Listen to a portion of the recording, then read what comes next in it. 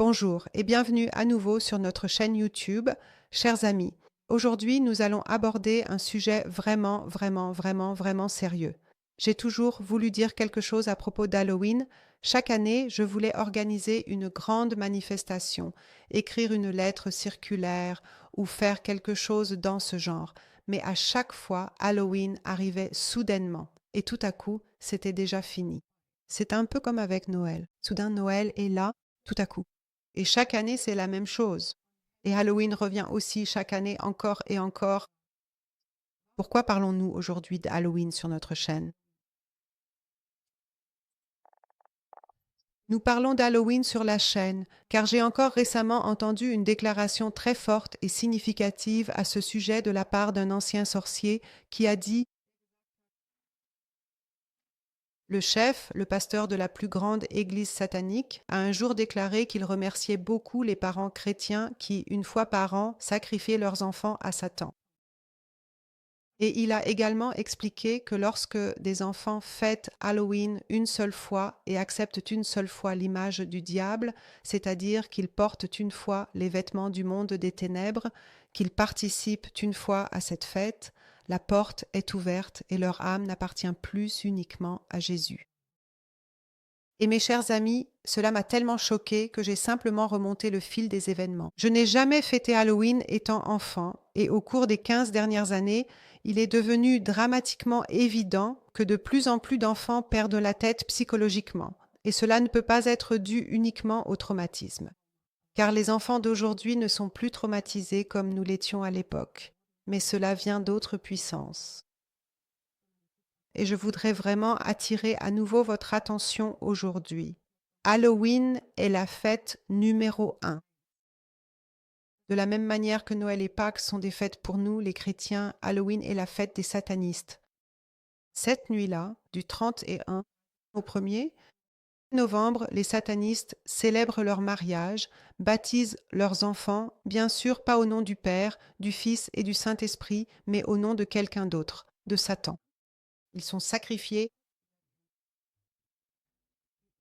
Leur vie est offerte ce jour-là. Ce jour-là est statistiquement celui où il y a le plus de cas criminels, le plus de morts. C'est le jour où les âmes des enfants sont volées. Et ce n'est pas une histoire hollywoodienne que je raconte qui pourrait sembler un peu sympathique ou effrayante, c'est la réalité. Et nous savons aussi que c'est la réalité parce que nous l'apprenons d'anciens sorciers de cette époque qui là-bas racontent ce qui s'y passe ce soir-là, quels sacrifices de sang, sacrifices humains ils ont accomplis et tout ce qu'ils ont maudit cette nuit-là, quelle région et autre chose. Cela ne doit absolument pas nous faire peur en tant que chrétiens, mais simplement nous rappeler de nous souvenir de la parole. Je vous ai maintenant aussi sélectionné 3 passages de la Bible pour que ce soit biblique. Et maintenant, regardons simplement Ésaïe 20, 5,20. Il est écrit: Malheur à ceux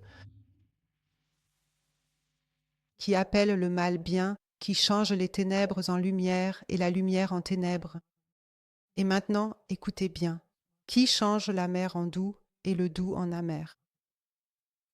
Vous devez aussi réfléchir au fait que Halloween signifie saint, tous les saints. Il y a déjà le mensonge là-dedans.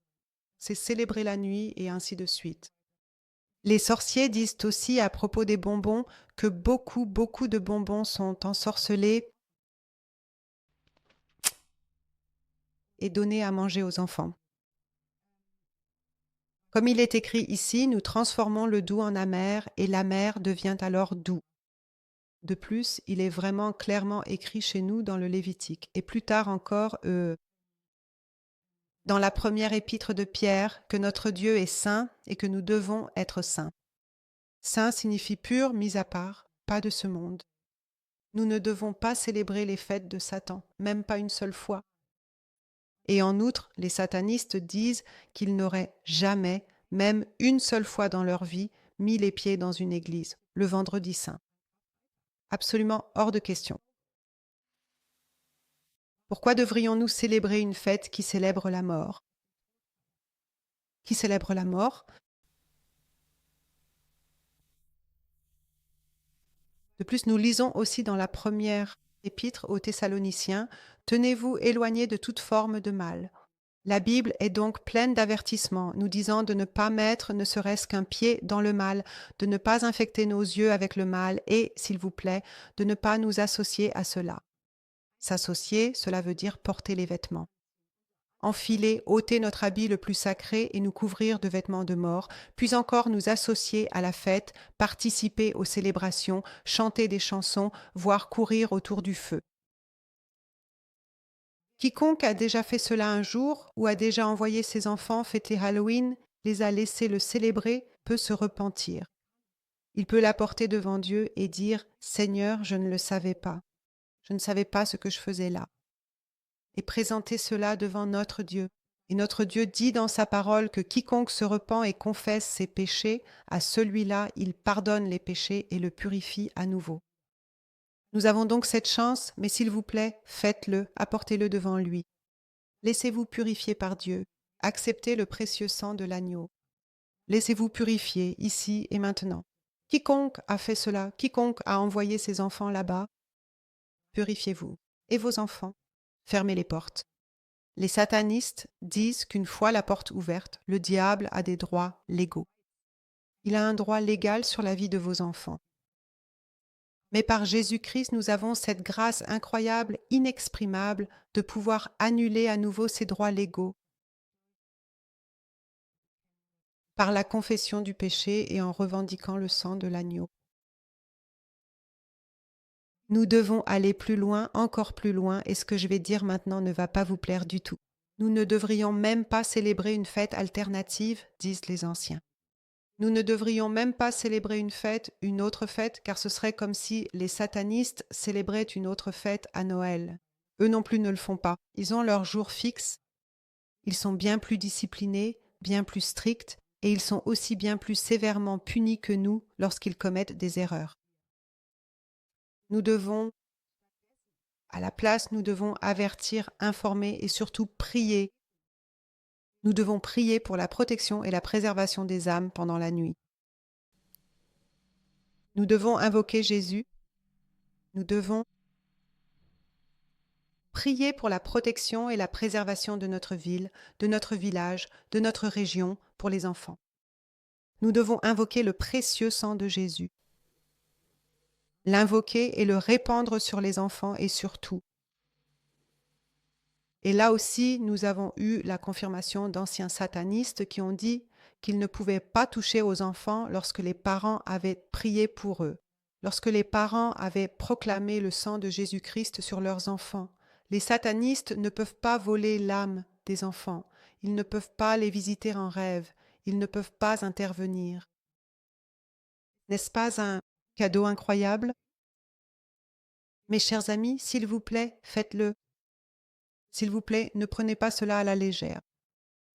Pourquoi des enfants qui ont grandi dans un foyer chrétien devraient-ils soudainement s'égarer, tourner le dos à Jésus, devenir débauchés, prendre de la drogue?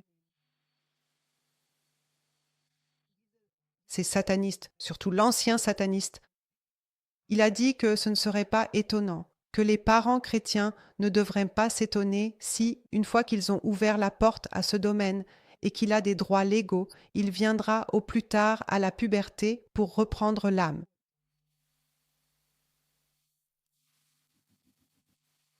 Je dois l'exprimer aussi honnêtement parce que c'est tout simplement terrible. Si vous saviez ce que j'entends tout le temps, combien d'enfants en ce moment souffrent, oui. Et nous voulons simplement ouvrir toutes sortes de portes que nous n'avons pas forcément besoin d'ouvrir pour rendre les choses encore plus difficiles pour nous-mêmes. S'il vous plaît, ne les ouvrez pas. Et une fois qu'on l'a ouvert, on veut le fermer ici et maintenant. Amen. Donc, je crois que j'ai tout dit. Je pense qu'il est très important que vous diffusiez cela, que vous vous réunissiez, que vous ayez un groupe de prière ce soir, que vous priez ensemble et que vous célébriez la croix, la victoire que Jésus-Christ a remportée sur la croix, que vous la célébriez ensemble, que vous le louiez et le glorifiez, que vous invoquiez la puissance de son sang et qu'il est le roi au-dessus de tout, qu'il détient les clés de la mort et de l'enfer, et que vous proclamiez cela, que vous vous unissiez et que vous priez pour vos familles, vos régions et pour l'Allemagne. Priez afin que l'ennemi n'ait aucun droit, afin qu'aucun enfant ne soit encore enlevé, et afin que les chrétiens ne sacrifient pas leurs enfants par crainte des hommes, pour qu'ils puissent s'unir et célébrer cette fête. Et si vos communautés pensent qu'elles doivent célébrer cela, alors tenez-vous-en à l'écart. Alors informez-les. S'il vous plaît, partagez cette vidéo. Nous essayons aussi de mettre quelques liens pour les personnes qui comprennent l'anglais, afin que vous puissiez, oui, pour que vous sachiez que je ne raconte pas tout cela à la légère, mais que je transmets simplement ce que des personnes ayant une expérience de première main ont partagé. Dans ce sens, nous voulons envoyer cette vidéo à temps afin que vous puissiez prendre vos précautions à temps, la transmettre, avertir et vous présenter devant le Seigneur. Vous repentir, vous libérer ainsi que vos enfants. Et que vous puissiez déjà vous préparer ensemble pour le 31, au premier. Alléluia. Et je vous souhaite une journée vraiment, vraiment bénie et nous allons aussi prier ensemble. J'ai déjà réfléchi à la façon dont nous pourrions nous organiser pour tous nous connecter afin de vraiment lancer un défi, car il est écrit que nous devons exterminer, nous devons combattre, nous devons tenir tête au mal et non, nous ne sommes plus des victimes. Jésus s'est sacrifié pour nous. Nous ne sommes plus victimes au nom du Seigneur Jésus-Christ. Amen. Je te souhaite le meilleur. Partagez-le si cela vous a aidé et à bientôt.